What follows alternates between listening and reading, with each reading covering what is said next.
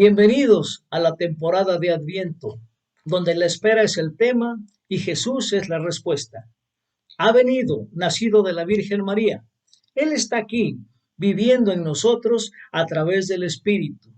Él viene, su glorioso regreso al final de los tiempos. El tema de esta semana 2 es paciente esperando. ¿Cuánto tiempo, oh Señor? Durante esta semana encontramos en la paz que sobrepasa la comprensión al recordarnos a nosotros mismos que Dios tiene y siempre ha tenido el control. Su plan siempre ha sido acerca de Jesús. Desde el principio, antes de la fundación de la tierra, el plan de Dios era que Jesús viniera, viviera en nosotros a través del Espíritu Santo y regresara con todo poder y gloria. Bobby Gross, autor de Living the Christian Year, escribió esto. En cierto sentido, todo el Antiguo Testamento es el texto del Adviento. La creación del mundo y la caída de la humanidad, la elección de una familia para bendecir a todas las familias y una nación para bendecir a todas las naciones. El éxodo de esa nación del cautiverio, la promulgación de la ley y el asentamiento en la tierra, la elección de reyes y la construcción de un templo, los pecados del pueblo y los gritos de los profetas, el exilio en Babilonia y el regreso a vivir bajo los persas, luego los griegos, luego los romanos y la larga espera para que el ungido viniera y librara. Esta es la historia que conduce a Jesús. Pero esperamos con esperanza porque confiamos en el plan soberano de Dios. Nos han invitado a aprender de la historia y luego unirnos a su historia, que fue el plan desde el principio. Como sabemos, ¿cuál es la solución? Podemos ser pacientes mientras esperamos.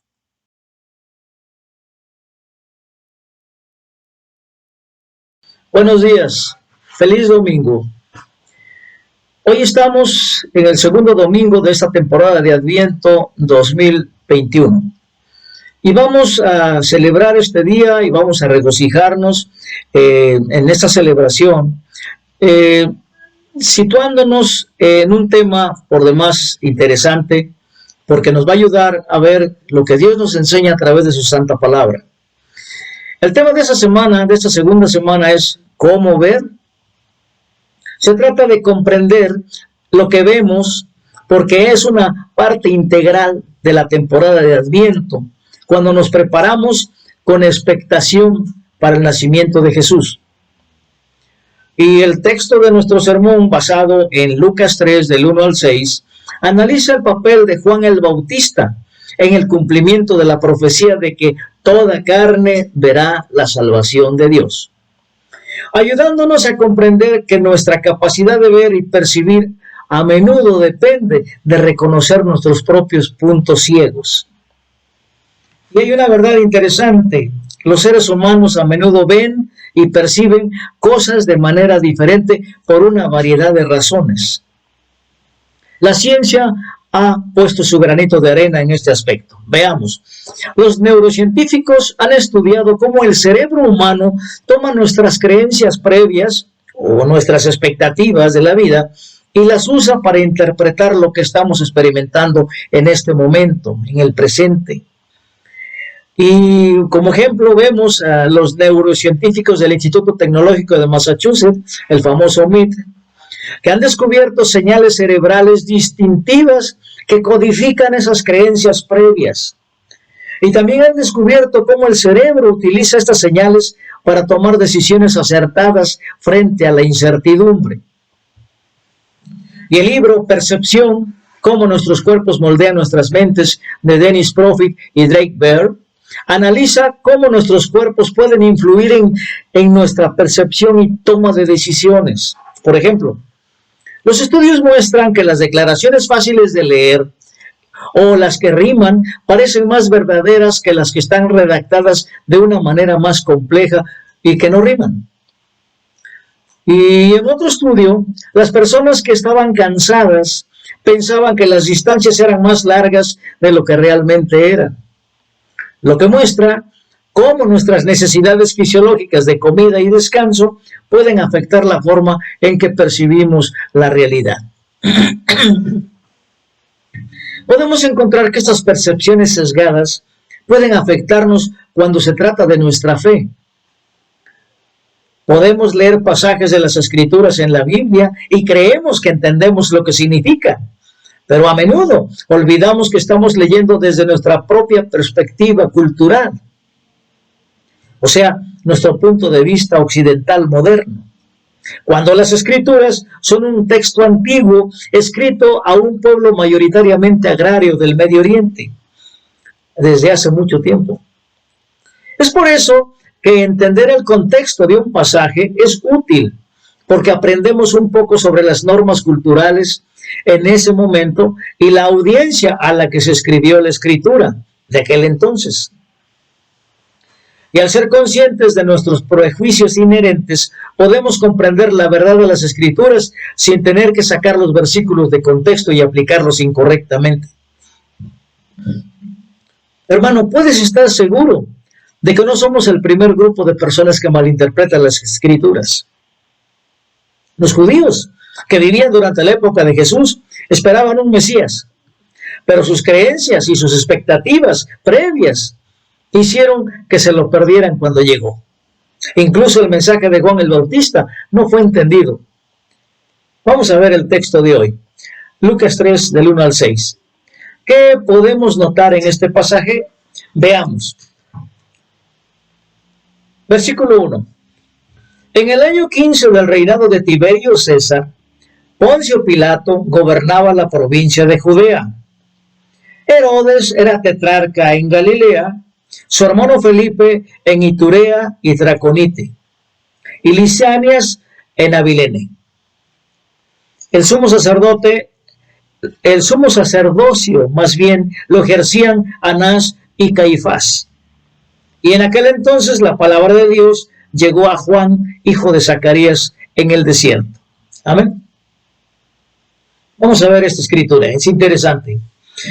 Por lo que vemos, el primer par de versículos se lee como un quién es quién, en términos de poder político en la antigua Judea.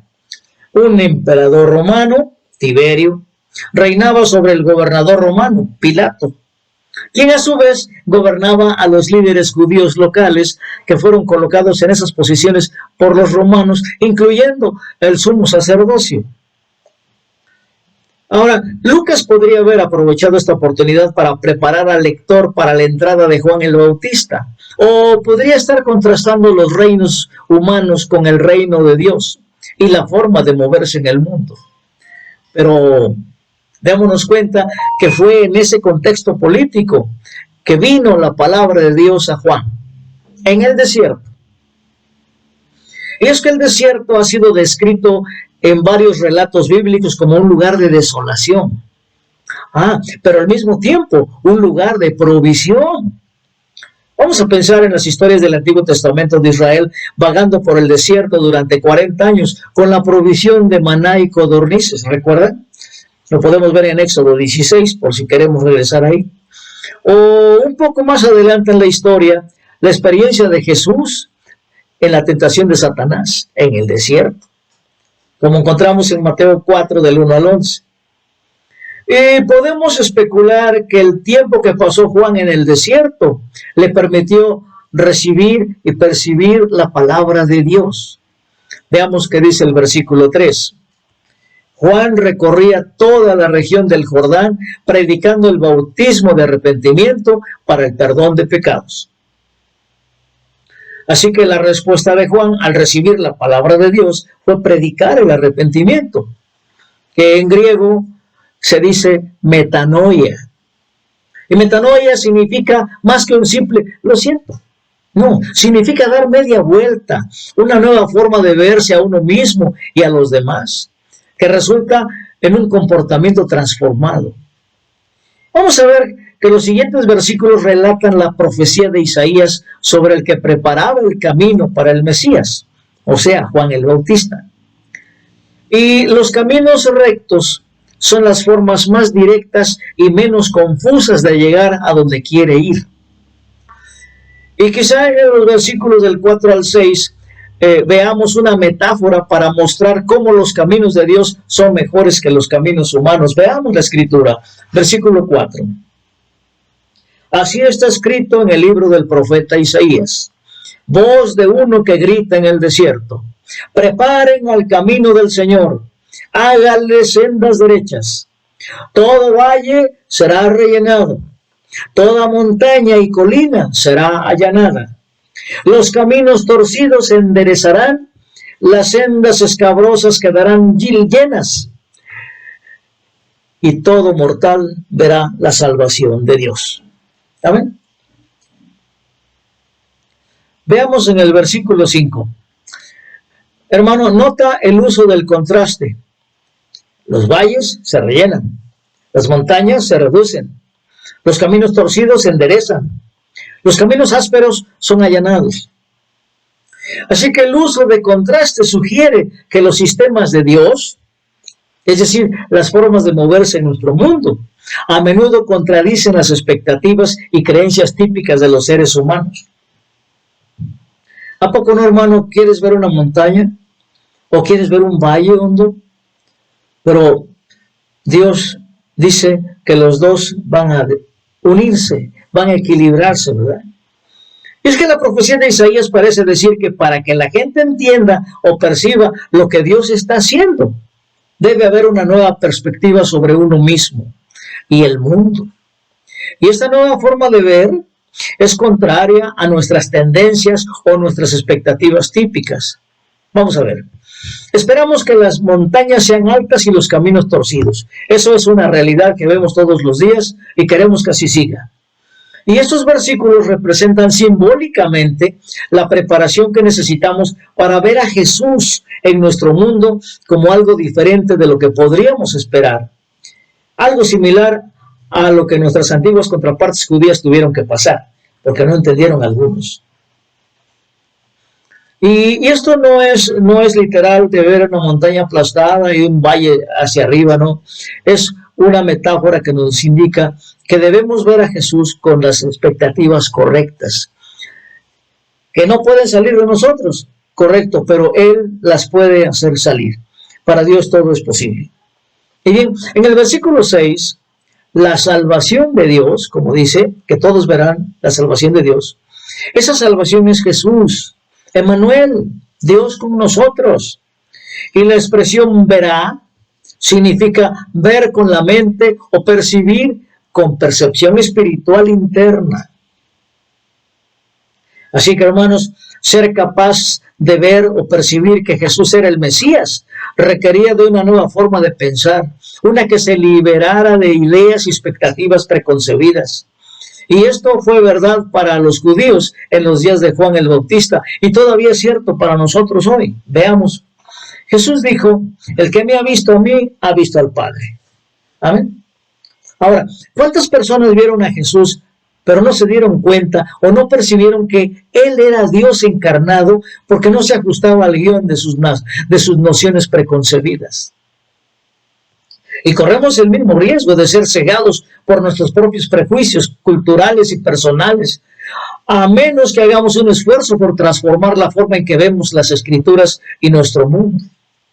Así que tenemos una buena tarea que no es nuestra, Dios está para ayudarnos, y cuando Dios nos ayude a ver para creer, entonces lo veremos tal cual es, y podremos dar la expresión que dijo, de oídas te conocía, pero ahora te ven mis ojos. Pero sus ojos no físicos, sus ojos espirituales. Amén. Bueno, hermanos, este tema tiene una aplicación en nuestras vidas. Vamos a verlo en tres partes. La primera, hermano, reconoce que todos somos afectados por los prejuicios. Porque debido a que no podemos evitar ser afectados por nuestra cultura, nuestra historia personal, nuestra educación y muchas otras variables. Así que comprender esto nos ayuda a dar un paso atrás y hacer una pausa cuando comenzamos a sentirnos moralistas o inflexibles cuando se trata de un tema en particular. Necesitamos tomar un momento para analizar si nuestra respuesta a la palabra de Dios está motivada por su amor, por nosotros y por los demás, o por creencias firmemente arraigadas basadas en nuestra propia percepción y preferencia. ¿Verdad que sí? Bueno, el segundo punto, comprender que la verdad de las Escrituras es más grande que el contexto cultural en el que fueron escritas. Recordemos que Dios escogió un pueblo y Dios escogió nacer ahí como ser humano para salvación del mundo, de todo el mundo. Así que vamos a ver cómo vamos a reconocer que las Escrituras no se aplican a nosotros en la actualidad. Y cuando esto sucede, generalmente es porque lo estamos leyendo con un punto de vista occidental moderno, u otro punto de vista cultural, dependiendo en qué parte del mundo estés, hermano. En lugar de hacer algunas preguntas. Antes que nada, veamos cómo podemos plantearnos esas preguntas que nos van a ayudar a entender el contexto cultural. Primeramente, ¿quién es Jesús? ¿Es el Salvador del mundo? ¿O solo para aquellos con los que estoy familiarizado? ¿Verdad? Una segunda pregunta, ¿por qué el autor incluye esta historia aquí? Una tercera pregunta, ¿qué cambio se está produciendo y cuál sería la importancia de ese cambio para las personas que viven durante este tiempo? Una pregunta más, ¿qué revela esta historia sobre el Padre, el Hijo y el Espíritu Santo? Esas son las preguntas que debemos plantearnos antes de y dar respuesta. Un tercer punto, el arrepentimiento, la metanoia. Esto es la forma en que preparamos nuestro corazón para percibir correctamente a Dios obrando en nuestro mundo. Y nos involucramos en la metanoia cuando reconocemos que nuestra comprensión de la realidad o la verdad siempre se ve afectada por nuestras creencias y prejuicios personales, e incluso nuestras necesidades fisiológicas del descanso y la comida. Humildemente, permanecemos abiertos a las verdades más amplias de las Escrituras que hablan de nuestro mundo hoy, sin quedar atrapados en las malas hierbas del legalismo, donde escogemos prácticas antiguas que parecen convenirnos y esperamos que otros las sigan. Y nos damos cuenta de que la manera en que Dios se mueve en el mundo es muy diferente de lo que podríamos esperar o incluso desear. Y continuamos creciendo en nuestra capacidad de ver qué prejuicios personales se interponen en el camino de amar a Dios por completo, a nosotros mismos y a nuestro prójimo. ¿Verdad que cambia la perspectiva, hermanos? Nuestros ojos nos pueden engañar fácilmente. Y más importante aún, aprendimos que nuestra forma humana de vernos a nosotros mismos, a los demás y al mundo se distorsiona fácilmente. Aceptando humildemente estas limitaciones, manteniendo una actitud de arrepentimiento, metanoia, y apertura también, y pidiendo a Dios sabiduría y discernimiento, seremos capaces de ver y percibir al Padre, al Hijo y al Espíritu Santo obrando en nuestra propia vida y en las vidas de otros.